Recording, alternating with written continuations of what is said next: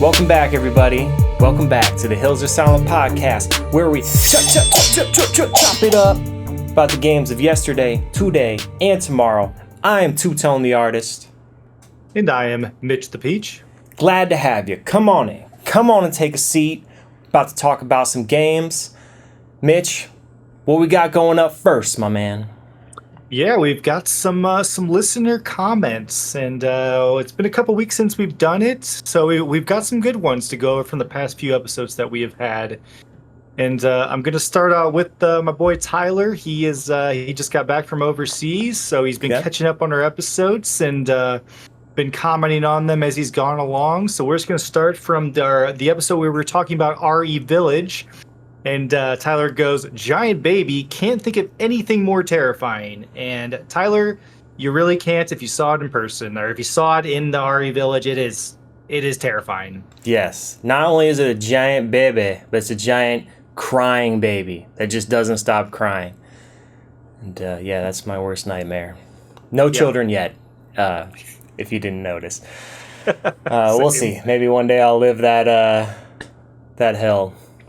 Just kidding, future kid, if you're listening to this. Anyway, carry on, Mitch. Yep. Our second comment from him, we were talking about Dragon Con. Mike was, that he went over to Dragon Con that he does on a yearly basis. And he goes, Mitch the Peach, Dragon Con is on Peachtree Road. I think it's a sign that Mitch needs to go. And I couldn't agree more. Yeah, man. It's on your road. I mean, in Atlanta, you got dozens of roads. So I guess you own half of Atlanta, because every other street is called Peachtree Street, and it's got to be named after you, because there's like no peach trees in Atlanta in reality. There you go. Yeah, I'm going to be having to take a couple trips to Atlanta for the fried chicken convention. I keep saying fried chicken, but it's Southern Fried Game. Yeah. Okay, yes. For the listeners that don't know, we have the Fried Southern Gaming Expo here in Atlanta every year, and Mitch needs to come on down next year when it's happening. And I don't know if it's you or if it's the autocorrect on your phone, but every time you talk about it, you call it the Fried Chicken Expo, which also sounds amazing. I would go to that expo as well. Yeah, definitely not my phone. That's totally a user error right there.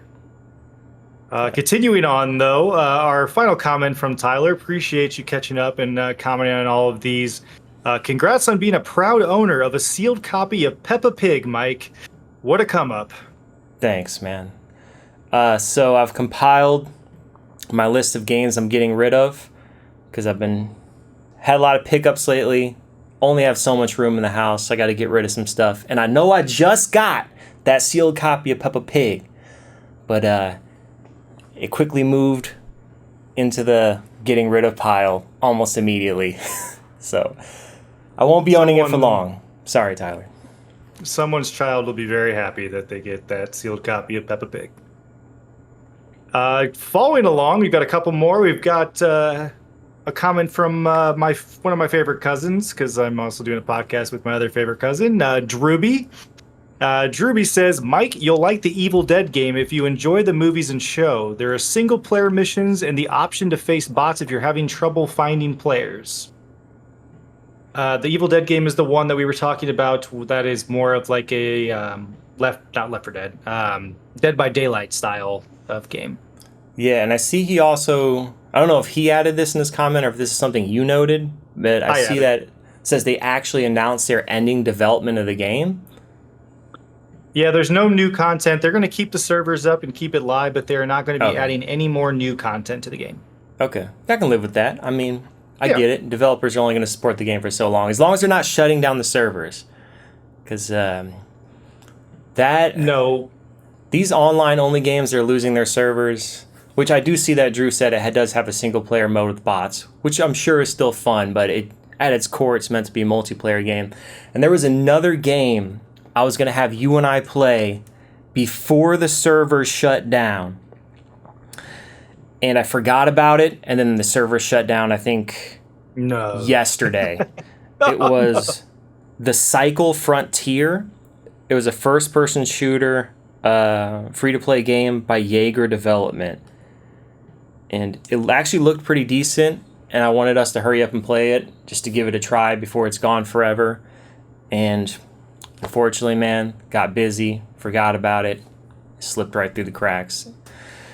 So, bummer. It happens. But there's another one that you and I need to play through that I don't think has been shut down yet, because I found two at the same time that were getting ready to be shut down, and that is Gundam Evolution, which is another free-to-play game. And, I have heard of that. That is like the Gundam Wing series or something like that. These servers are getting shut down November 29th. So if we're going to try that game out before it's gone forever, we need to do that soon. Yeah, 2 months from tomorrow. We do not have a lot of time. Yeah. All right, anyway, carrying on. What's next? Yep, last comment, just a quick one from my boy Swanee, who I play a lot of games with. He said, I thought the boys sufficiently chopped it up. Appreciate that, Swanee. But let me guarantee you this, every episode, we gonna chop even better than the last episode. That's right. That is all the user comments that we have. Thank you, everyone, for listening. I appreciate it. Thank you for submitting comments. Feel free to email us, like I always say at the end. Submit more stuff. We will talk about it on the air. We love hearing your feedback. We love seeing your comments. They make this that much more fun to do. Right. Appreciate the love. All right, man. With that being said, our first topic from the recent news is, we're a little late to the game, but Resident Evil 4's DLC has dropped, and that contains both the Separate Ways expansion, which is Ada Wong's mini campaign that was in the original Resident Evil 4. I do remember that, playing through that. And then they also announced that they've added a VR mode to Resident Evil 4, the remake, which I love. I love that Resident Evil. There's not enough major franchises supporting virtual reality. And really, in my mind, if there is one franchise I care about that's supporting VR, it's Resident Evil. So I appreciate that Capcom's doing that. And I also know that not all that long ago, they released Resident Evil 4 VR for the original version of Resident Evil 4. Yeah. So we now have Resident Evil 4 VR, and now we have Resident Evil 4 the Remake VR, which is pretty awesome, and it looks incredible. And then I think 7 was the first one that they actually introduced as VR at the beginning, because I want to say it was a PS VR exclusive for Resident Evil 7. Yep. Yeah, the PC version did not have the VR mode, which I have Resident Evil 7, and I have the original PlayStation VR, and I sound like a broken record because I keep telling you I need to jump into that game, but I'm going to be honest, I'm scared. I am scared to hop in. I don't blame you. I remember the first time I tried VR at Georgia State campus, me and my buddy Evan went to check it out, and they had just some very short, I think it was like a Paranormal Activity mini game you could do in VR. I think that's what it was. And man, Evan had a heart attack playing through that. I was watching him, and he was freaking out. It is too intense to play horror games in VR. I've tried a couple of them, and it's, man, I can only do it for short periods of time, so I can't imagine. I believe it. I don't know. Like I said, I'm a little nervous to step into any Resident Evil games in VR. At least 7, because 7 was very terrifying. Resident Evil 4 is more of an action game. Yeah, 7's pretty scary. But my comment on this is it kind of goes back to what on why you wait for games, or why we both wait for games, that we can now get that Resident Evil 4 plus DLC probably at some point in a combined gold edition, or they package them both up together. And that's the beauty of waiting for games. We can wait until all the DLC that they put is released, and they stick them all together, and the price is still lower than, if you were to just buy the base game at launch. Yeah, absolutely. And with the Resident Evil games, Capcom has that has been their MO. Like the past couple games they've come out, they have released gold editions for each one. So I expect them to do that with Resident Evil 4 as well. So, and yeah, even with the original Resident Evil 4, I remember playing through Resident Evil 4 and immediately playing through the Ada Wong, the extra missions. So I would definitely want to do that same thing with this remake. I'd rather just jump right in and just continue on, because I consider that the whole game, both Leon's missions and the Ada Wong one. So did you ever beat Resident Evil 4? I did not. For whatever, I would watch my buddies play it. A lot of them had it on GameCube, actually, because I think did it come out on GameCube first before it released on. It did, but correct me if I'm wrong, listeners. I could be really wrong. If I recall, the Ada Wong additional missions were not on the original GameCube version. I think that's something that they added after it was re-released on PlayStation 2. I think that checks out for me because I don't remember it being a thing on GameCube growing up. I'm about to look that up now. Okay. All right, so Separate Ways. Yeah, it says Separate Ways is a mini game in all releases of Resident Evil 4 after the GameCube version. Okay. Oh, interesting. With the exception of the VR port. So the VR version that they made, this is getting confusing. Not this Resident Evil 4 remake VR version, but the original Resident Evil 4 VR game apparently did not have the Ada Wong Separate Ways missions.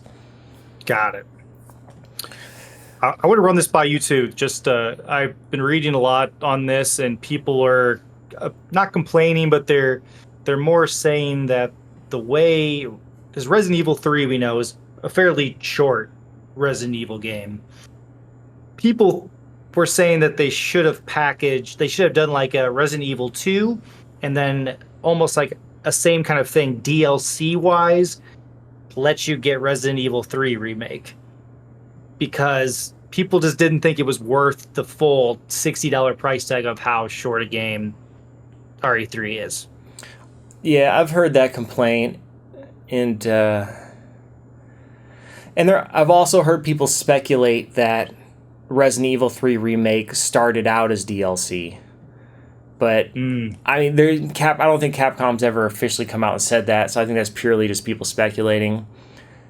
I think Resident Evil 3 was worth the full price of admission, because that was one of the very few games in the past couple years that I pre-ordered and paid full price for, and I was not disappointed at all. Of course, I like shorter games, and I think it was way too involved to be DLC. Even though it was a short game, you can tell a lot of work went into that. Yeah, definitely. So I don't know. It's a fine line to straddle on what is considered enough game for DLC. So any DLC story mission that I've ever played, which mind you, I don't typically play a lot of the DLCs for games. I usually just play the main campaign, unless, like I said, they've released some definitive edition where everything's included. But usually, in my experience, DLC expansions are only a couple hours long, especially for games like Resident Evil, where it's like a third-person action game. Yeah. But I agree. And I mean, Resident Evil games have a lot of replayability too. I mean, people go back and have been playing those old ones for, years and years and years. So yeah, a lot of effort to remake a lot of those assets. So yeah, I don't have a problem with it either. yeah, it's a fine balance, because I'm always saying we as gamers today are so spoiled. So many games are great, which I remember in our childhood that was not always the case. Like, instead of like every other game being amazing, a console may only have a few dozen great gems of games. So we're spoiled in the sense that a lot of experimentation is behind us, and we have a lot of great formulas to make great games nowadays, where even a mediocre game is typically still pretty fun. And content-wise, games are bigger than ever. And yeah, I mean, we still have shorter experiences, but there's just that fine line of when is enough to be considered a main game and what is enough to be considered value for DLC. And at the end of the day, developers do have to get paid. So I just don't think that Resident Evil 3, the remake, selling that for $15 would come anywhere close covering the production costs for that. Because that was a quality release, and I know it's kind of hypocritical coming from me because I'm always like, man, I'll never pay full price for games or give me everything bundled together. But there are occasions where there is something that I really, really, really am anticipating and really, really want to support, the Resident Evil franchise being that, to where lots of times I will shell out and get the game either at full price, pre-order it, or at the first price drop. Yeah, I think if you don't want to pay full price for something, you just have to wait a little longer, and that price will come down. I purchased both, I think, Resident Evil 2 Remake and 3 Remake for $15 a piece, I want to say. Yeah. Somewhere in that range. So it's like, yeah, I mean, if you do wait long enough, you can get it for the price of DLC. You just have exactly. to wait. Well said. And I mean, comparing another point, if you compare it to, I mean, it's two different forms of media, but like, let's say you're going to a movie, which is a 2 to 3 hour experience, you're paying 15, $20 for, ticket. And then if you somehow get popcorn and a drink, like, I mean, I don't know, it's two different forms of media, but I feel like the $60 price tag isn't outrageous for it's something that's, like you said, you're ready to play day one. Yeah, it just goes back to gamers are spoiled, man. Which that includes me. I'm including me in that. I'm spoiled as well. But you're right. Yeah, you could pay $20 to see a movie once, or you could pay $20 for a massive game that you can play over and over and over and over again and get far more than 2 hours of entertainment out of it. Mm-hmm. Yeah, there's a lot of value out there, but it's never enough, man. People want more and more for cheaper and cheaper. It's just the way of the world, the way of the economy. And we have so much like video game content at our fingertips now. It's like overwhelming how much we have, but like people don't know what we went through when we were kids. Like me getting one game on Christmas to add to my like 2 others that I had prior to that was like monumental moment for me. Yeah, you're right. And then nowadays you can go on sites like fanatical.com and where they sell just bundles of games for $1. They can get a handful of games for $1, maybe a dozen games for like $6 is like these Steam bundles. And man, I can't tell you how many of those bundles I've gotten for like $1 and never played those games, but you're right. Like it's not like back in the day where it's just there's one great game that's $60 or $70 and that's your only option. Like literally, you can get a dozen games for $1 in certain scenarios, and I guarantee at least some of those games will be good, if not great, depending on how old they are. And there's so many good free to play options right now. Like every game is going, it seems like free to play with, like battle passes is the way they get. Or other paid skin content. Fortnite, for example, has all those properties that you can purchase, but you can play the game without paying $1. Yeah. Wild world, man. Yep. All right, so speaking of Resident Evil, apparently both Resident Evil Village and the Resident Evil 4 Remake were shown off being playable on the new Apple iPhone 15 Pro, which Apple is really pushing as a gaming device. Mm-hmm. So, Mitch, I think it's you that stumbled across this article. What are your thoughts on this? Yeah, I pulled a few of the nuggets that I thought was interesting. It does state that the resolution would be locked at 1560 by 720 and a frame rate currently, and that they put in quotes, locked at 30 FPS, which I mean, still, for just a little handheld device, like, I think that's fairly impressive for something like this, some of these like AAA titles, like a Resident Evil Village that just recently came out. I don't think we're there yet on these major AAA titles being phone games, but it's not really the way I would want to play them. But I can appreciate what Apple is trying to do because I do think at some point mobile will get there where these games are able to, potentially run in 1080, or better. Who knows? I mean, it's super impressive though. I like that they showed it off. I like what that Capcom is partnering with them and try. It seems like Capcom is always the first to try and do something new, kind of like we were already talking about. They partnered with PlayStation to do the Resident Evil 7 in VR, which is kind of unheard of for AAA titles to do. But Resident Evil said, "Hey, let's do it." And now they're kind of diving into the phone game, and or I guess putting their titles on phones. Which, props to Capcom. I love them as a company. They've been doing great things, and I don't think this is for me, but it could be for a lot of other people. Yeah, and I want to mention this article also says Death Stranding Yes. additionally was playable on the iPhone, which is another pretty recent game. Yeah. So it seems like the whole industry is doing a very aggressive push to portable devices.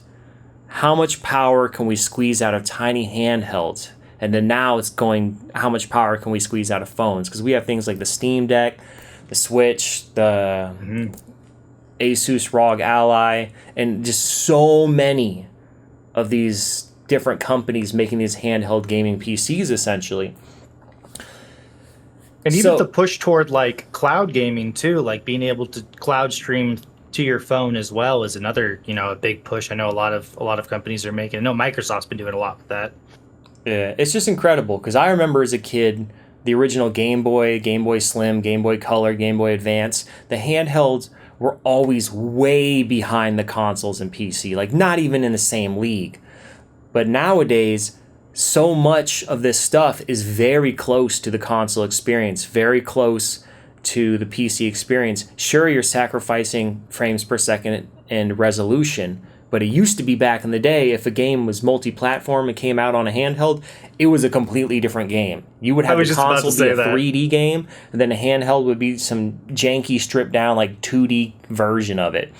Mm-hmm. Like, not even the same thing. And it's cool that this article also mentions the phone was plugged up to a monitor and connected to a PlayStation 5 DualSense controller, so essentially turning it into a dockable console, just like the Switch. Like, Nintendo, yeah, they were on the mark with that. They were ahead of the game because so many of these other platforms are doing that, where so many of these other handheld consoles are doing that, where they're dockable. You can turn them into a console. And that is so awesome that I would just be able to pull out my iPhone 15, like if I'm on vacation, and just plug it into my Airbnb TV and also have my controller and just sit back and play it. And at that point, I really wouldn't care if it was 720p 30 frames per second. The fact that I just brought a whole console with me in my pocket, which is also my phone and also doing all the other million things that I do on my phone. Like, phones, I don't even know why we call them phones anymore. Like, the last thing they do is make phone calls. 90% of my time spent on my quote-unquote phone is not calling people and using the phone. It's everything but. Yeah, agreed. So, anyway, these all-in-one rectangular devices we keep in our pocket are now Apple's making the push to have them be incredible gaming machines. My only question is the same issue that's been plaguing all these handhelds: battery life. Yeah, I was just gonna say that. Yep. It's always the huge thing. I mean, it's not just like how long can you play it or how long you can last playing it on your battery. It's how does it tank your battery for future use. Like with Apple phones, my current battery on my Apple phone is way worse than it is the day I got it. So it's like you wonder when you're running these really really high stress games on this phone, how much does that just deplete the battery life in general? Yeah, and typically these phones are not designed to replace the battery. No. So, and that's the crazy thing. It's just like, yeah, are you killing your battery that much faster if you try to also use it as your main gaming machine? So, I don't know. It remains to be seen, but I'm very curious.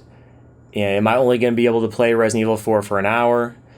And but then again, I mean, if I got to have it plugged in, especially if I'm casting it to the TV, I'm going to plug it in. So that's Yeah, fine. that's But you're true. right. Like, is that going to kill the life of the battery as well, beyond just that charge? And I wonder how hot it runs too. Like, sometimes my Um, phone gets pretty hot with them just doing random stuff. You're right. I mean, that's the other thing. Battery life is always the issue with these small consoles, small PCs, and handhelds. And the other thing is heat. It's so hard to manage the heat in such a small device.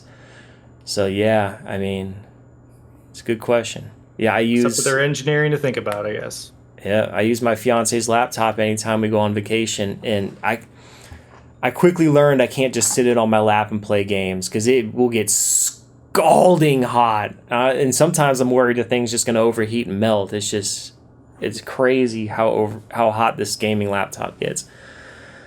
Definitely a fire hazard.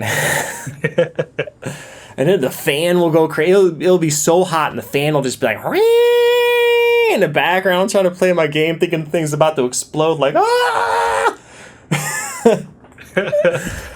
Anyway, on this topic, do you even game on your phone today? Yes, but not in like the way that the Apple Store sometimes maybe wants you to. So I know the Apple Store has the Apple Arcade, where you can do a monthly service, kind of like a Game Pass subscription of sorts, and you get access to a full list of Apple Arcade games. Oh, that's cool. I didn't know they had that. Yeah, and some phone providers actually give you like a free year of that or something. So I had one with my phone plan for a year, and I dabbled a little bit, but Again, we're so spoiled. Apple's literally giving away a freaking Game Pass access to tons and tons of games on your phone, and nobody cares. Nobody cares.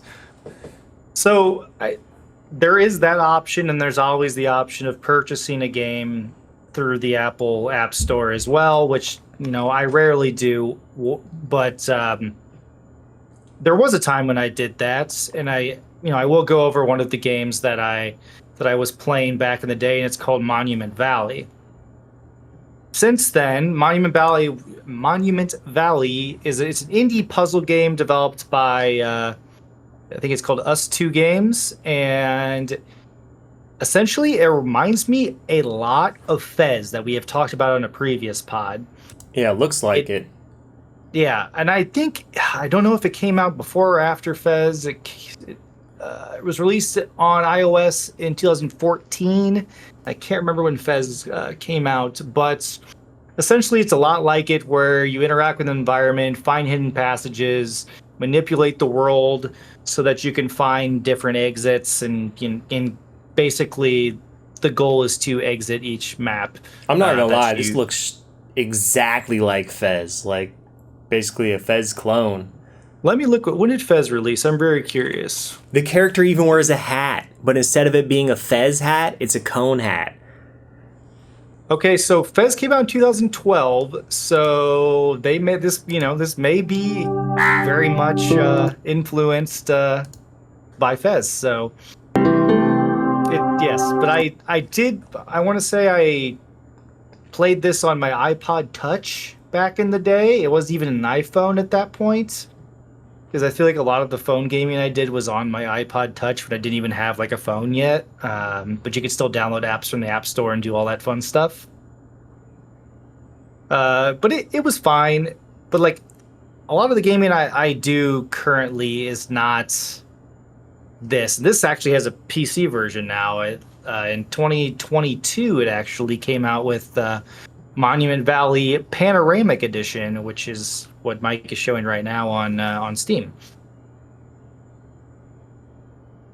But yeah, That's Monument Valley. It is one that I played. Don't think I beat it, but was a fun thing to mess around with on my. I probably paid $5 for it on the iOS back in the day. What I do now, though, and while I'm sitting here, working at my computer and I need a little break, I boot up games that are actually on PC, but they have mobile ports that I can play. You know me, I love my card games. That is like my favorite thing to relax and play. I just sit back and, play a couple card games that I rotate right now, which are Hearthstone and Marvel Snap. And Hearthstone is a Blizzard card game that is based around the World of Warcraft universe. They created it into a card game. I've been playing it since I was in college. I don't want to know how much money I've spent on that one. It's kind of because obviously you have to keep up and collect the cards as they release new ones, and you build decks and you battle against other people online, and it's a ton of fun. And I love playing it. It is my game when I'm stressed. I just go and just play cards. And so that's one of them. Yeah, I've been playing that forever. I will never stop playing Hearthstone until they shut down the servers for it or it doesn't exist anymore because I am so deep into it. I cannot quit now. The other one is Marvel Snap, and we've talked about this on this pod before. It is another card game based in the Marvel universe, and that one I originally was playing on my phone before I even knew there was a Steam port for it.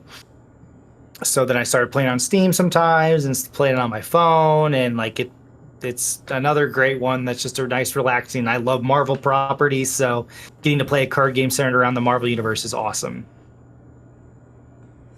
And then other than that, Claire and I we've been playing Trivia Crack against each other, and I think a lot of listeners probably know Trivia Crack from back in the day. We would always play it in high school or college, and just a easy trivia game. You play one-on-one against somebody. You spin a wheel. You get a topic, whether it's arts or music or art or sports or entertainment, and you just answer questions. And if you collect all the little figurines that they have, then you beat your opponent. So it's been kind of fun for Claire and I, who are kind of doing a long distance relationship right now, to play against each other in trivia and talk some smack. So that's kind of been what I've been working in the rotation as well. So I do some phone gaming, but it's all stuff that I for the most part that I can do without my phone. It's just more of a matter of convenience sometimes when I'm multitasking. Yeah, and my big concern with phone games is video game preservation. Lots of these games live and die on the phones they were designed for. Because newer phone models come out, the games are no longer, new operating systems come out, the old games are no longer compatible. So then they get removed from the Apple Store, the Google Play Store, and then that's it. They're gone forever. But you're right. That's a really good point there, because I was trying to get Claire to play another trivia game with me that I had been playing back in the day, and it died on the app. Like, I went to download it because I could still go to my recently downloaded, and I found it. I downloaded it, and it basically the server, it's just gone. They're like, you can launch it, but then it just says this is no longer available, and then you close out of it. So yeah, it's sad. Yeah. Yeah, to me, the phone game is just like the epitome of games with expiration dates. It's a very in the moment thing. There was that one, oh my gosh, there was that one trivia game where they actually had the live host for a long time that was really popular, probably right when I moved to Chicago. Let me look it up. But it was one where there was a live host and you could win real money but they did it 2 times a day, and you have to be on, and if you answered, it was almost like a 1 versus 100 thing. If you were the last one standing, you won the money. Wow. But it died within a month. Yeah, that's it, man. Gone forever. I've hardly ever played any phone games. The only one I really remember playing for a significant amount of time, and I mean I actually played this thing all the way through completion. And we are the Hills Are Silent podcast, so of course it's a Silent Hill game. So when I was living in Peoria in 2009, I was working at Jimmy John's at the time, and I had a lot of downtime. And at the time I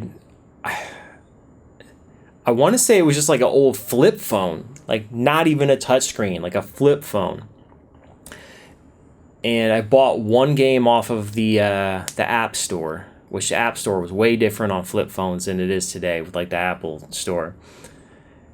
And I don't know. I think I just randomly searched like Resident Evil and Silent Hill and some other franchises I liked just to see if they had a mobile version. And sure enough, there was this game called Silent Hill Orphan. It was an old Java phone game. And apparently, I didn't know this. I just found this out. Apparently, they made 3 of them. So I played through the first one, which came out in 2007. So I was already playing it like 2 years after it was released. And then it looks like they had a second one that released in 2008. And then the last one of the trilogy released in 2010. But it was a point-and-click adventure, essentially. And you'd go through these like pre-rendered backgrounds, and you'd have an inventory, and you would solve puzzles and try to get from room to room. And then you would find just notes and stuff that would reveal the plot. And you were in some old creepy orphanage. And it had a map, and basically you just had a hand on the screen like most point-and-click games, and you just click on stuff and select it. It did have the big red emblem as to save your progress, like it did in the old Resident Evil, the old Silent Hill games. And for combat, how did the combat work? Every once in a while you run into an enemy and they just kind of be on the screen and you'd have to shoot them. I think you did actually move around I think just like how you move your hand around with the numbers as if it were like a D-pad. You would move the aimer around, and then you'd have to get like headshots on the enemies. But thankfully, they were really slow moving because you're trying to do it on a phone. So there wasn't a whole lot of skill to the combat. But it was fun. It was creepy. And the story was really good. It had the Silent Hill vibe, but it also kind of had its own vibe as well. I wish I knew those sequels existed, because I probably would have played through those as well. But yeah, man, I would, just on my lunch break, I'd just go sit down in the lobby. I'd just eat my sandwich and just play a half an hour of that every single day on my lunch break until I eventually beat it. Just a great way to pass the time. I love Jimmy John's. I could go for a Jimmy John's right now. Yeah, I'm starving. I haven't had dinner yet, so Neither I have need to I. be careful about how much food I talk about. Okay, I'm looking at the screenshots from the sequels, and they look a little more advanced with the graphics. But anyway, yeah, this game, it's long gone, man. It's a Silent Hill game that nobody's going to be able to get their hands on unless you hunt down an old Java phone emulator and then find a ROM of it.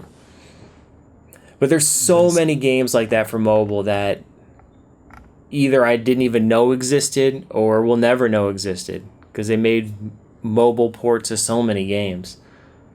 A good example is Flappy Bird. If you remember that one was an example where the guy just couldn't keep up with it, and he just took out the app. But if you had a phone that still had it installed, you could still play Flappy Bird. So people were like on eBay selling, iPad touches or iPhones that has Flappy Bird installed on it. Of course. That's what happens when a game's not readily available. I mean, I remember when that PT playable trailer Silent Hill demo came out on PlayStation 4, and then that got taken off the PlayStation Store. People were putting their PlayStations on eBay for like thousands of dollars because it still had the game installed on it. Just ridiculous. A lot of Silent Hill games have been lost to time, and you and I talked about this before. Yeah, the original platform is like the only way you can play a lot of these games, and that's why they're just so crazy expensive right now on the collector's market. I know. I wish I would have bought them years ago, but at this point, probably not going to happen. Yeah. Anyway, any other mobile game memories? No, that's really it. Not really. It's, you know, mobile gaming is fine. I like doing my card games on it because it doesn't really require much. You just literally click and drag, and that's all I got to do. Those are the ones that are the best to me. Very casual. Many Yes. games you can play on the toilet. Yep. That's how there you casual go. it is. Mm-hmm. All right, anyway, let's go ahead and roll into our recently played games. So, I think I hinted at this at the last episode, but I did play through Devil May Cry 5, and I finished it. I played it on PlayStation 4. So, I played the original Devil May Cry on PlayStation 2 when it came out. I had very fond memories of that game. My parents had recently gotten divorced. My mom bought me a used PlayStation 2 from Acme Comics in Peoria, and I think one of the first games I got was Devil May Cry.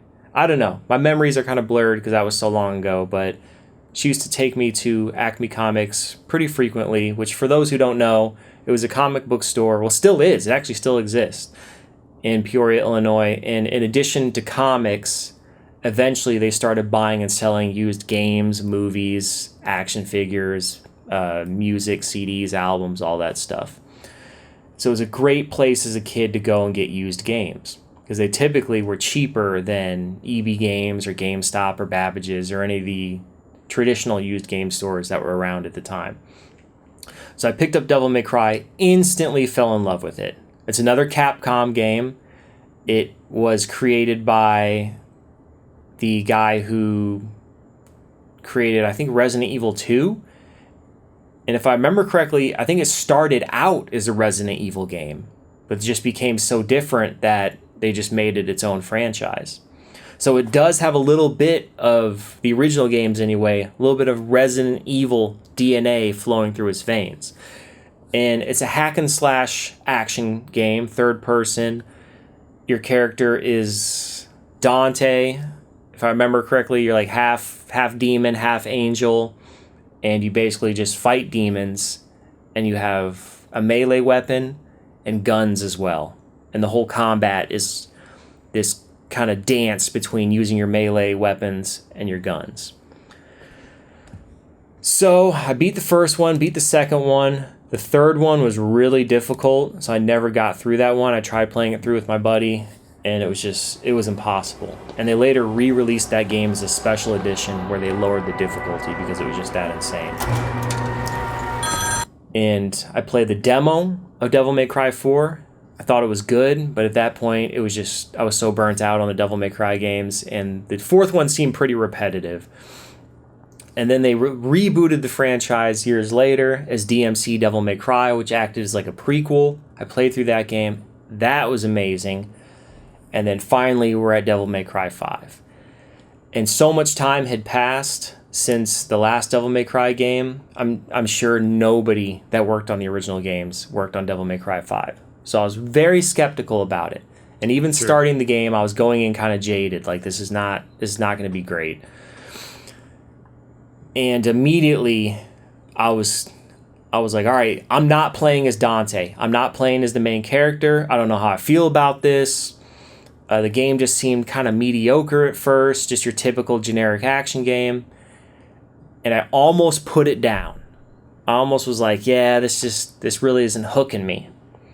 But I gave it a little bit longer of a chance. And as soon as it hit that halfway mark, dude, the game picked up so much. So you actually rotate between three characters. Virgil's son, a character named V, and Dante. And the first couple levels, they just have you playing as Virgil's son and V. And they have very different fighting styles. For V, you don't even actually directly attack enemies. He has like 2 familiars or 2 like demons he controls, and they do all the combat for you. And he is so overpowered, you can just sit back and just dominate. So it was almost Isn't too it like a easy bird to play that he as him. has?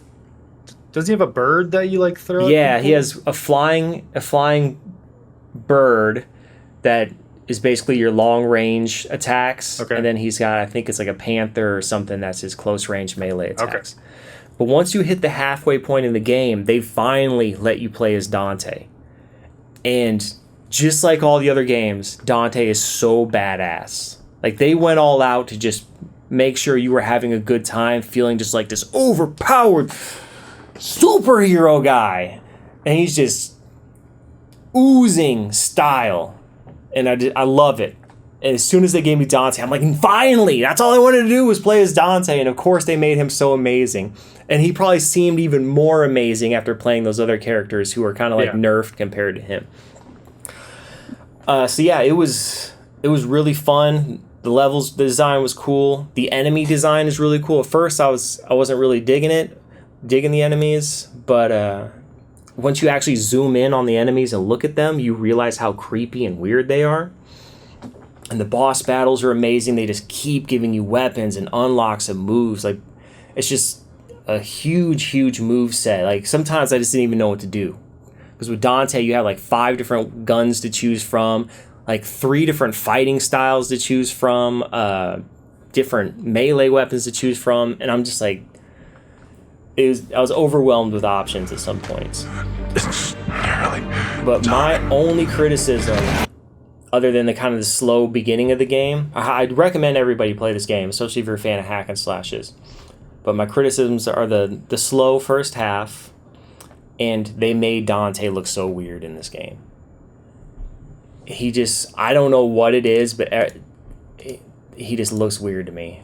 His teeth look weird. I think it's something about his teeth. But I don't know. He just doesn't look anything like the Dante from the other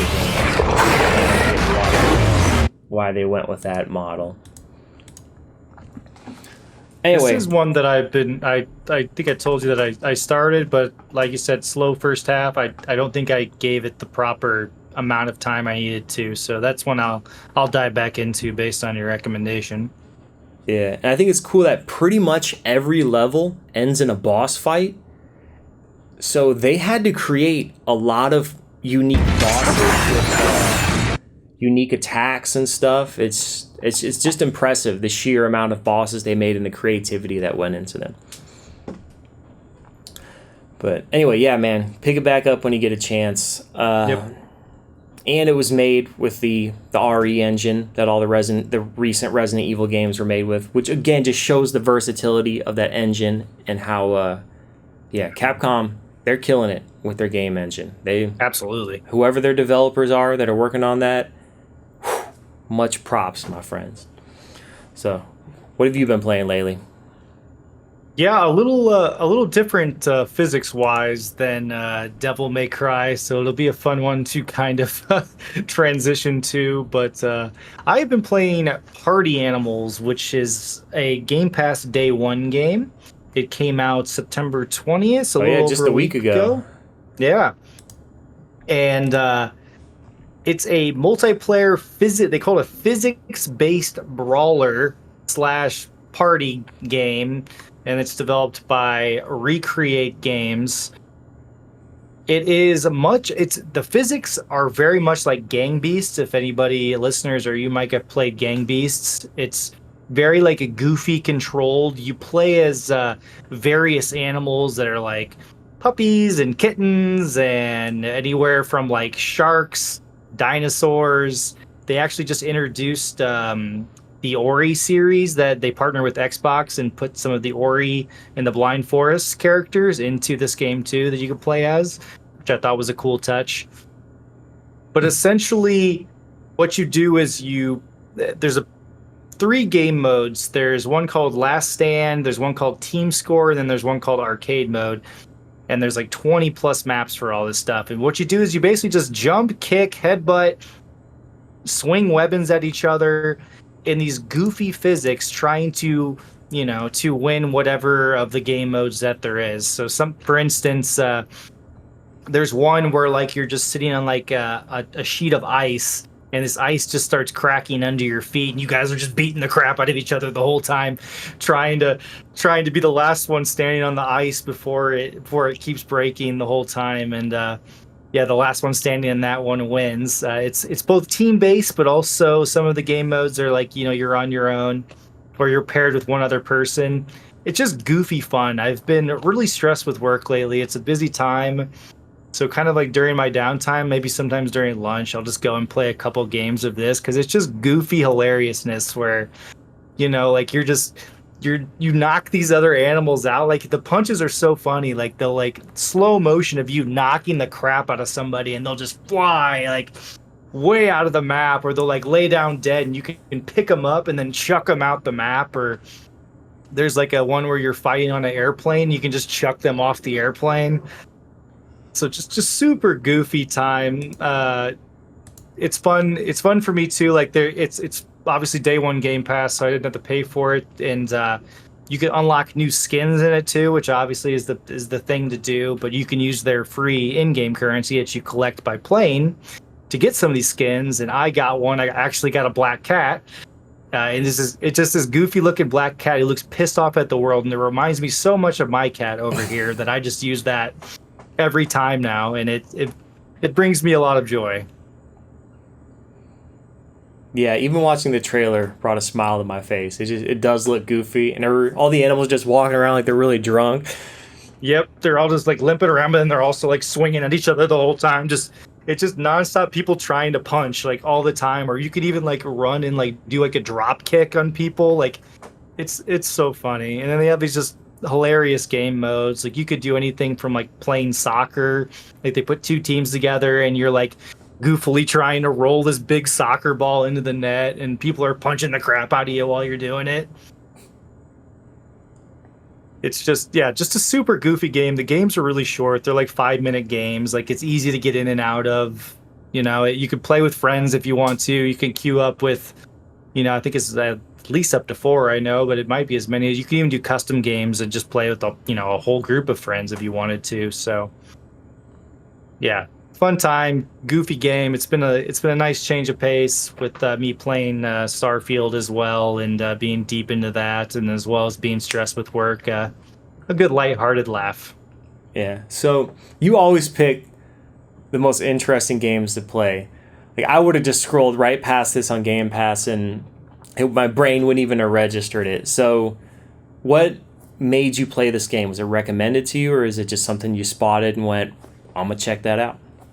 So there's actually a beta that came out prior to this game coming out, and I was watching a popular streamer. His name is Lyric, and he was playing it.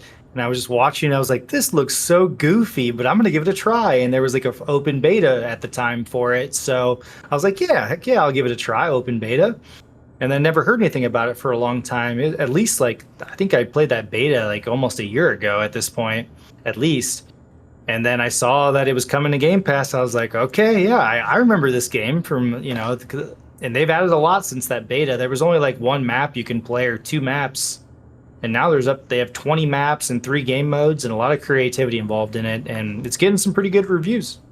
Nice. But yeah, I feel like, people on the pod need to take a drink every time Mike says that I play the most random games, because he's not wrong, but yeah, yeah, you do, man. That's what makes this interesting, because totally different taste in games, and yeah, it's just awesome to hear about this stuff, because I know so much about the games I play, but this stuff, I never even heard of this game. It's all brand new to me.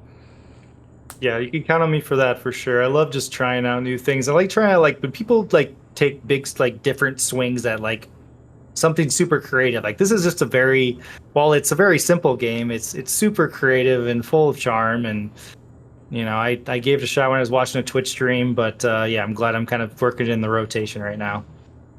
Right on. All right, man. Anything else on this one? No, I'm hungry. You're hungry. Let's go eat. Let's do this. Sorry, everybody, but it's dinner time. We're about to be out of here. Anyway, thanks for joining us on another episode of the Hills Are Silent podcast. You can find our episodes on YouTube, Spotify, Apple Podcasts. Where else are we at, Mitch? Yep, you can also find us on our social media accounts. Our Twitter is @TheHillsAreSilent. Our Instagram is Instagram /HillsAreSilent. Our TikTok is @TheHillsAreSilent Podcast. Our YouTube again, @TheHillsAreSilent. If you have any questions, comments, if you played a Counter-Strike game with me recently and now you are a loyal listener, could you send an email to me just so we can read it on the pod? hillsaresilent@gmail.com. We will catch you on the next episode.